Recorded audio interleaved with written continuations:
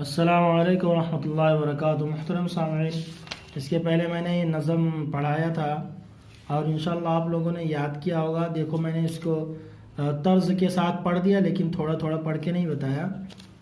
और आप लोग अगर पढ़े होंगे पहले तो इसमें थोड़ा थोड़ा पढ़ने की ज़रूरत नहीं है, इसको तर्ज से ही याद कर लीजिए। अब आगे जो है,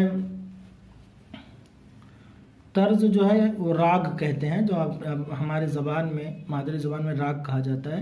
उस तरह से याद कर लीजिए। कुरान पाक, पेज नंबर 12। कुरान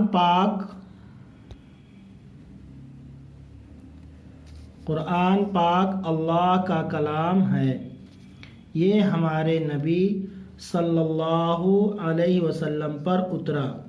हम रोज़ कुरान पाक पढ़ते हैं, इससे बड़ी बरकत होती है। अगर पढ़ने वाला